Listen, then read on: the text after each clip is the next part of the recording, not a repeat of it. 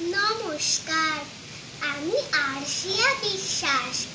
আজ আমার পরিবেশনায় কবি বিদ্যুৎ মিশ্রের লেখা কবিতা বিড়াল হলো বর। মাথায় টোপর পরে বিড়াল খুব সেজেছে এবার। হিংসে করে পাড়া পড়শি করলো তাকে পর। বিড়াল বলে বরযাত্রীরা খেতে পাবে মাছ, তাই না শুনে খুশি হয়ে করছে শুধু নাচ।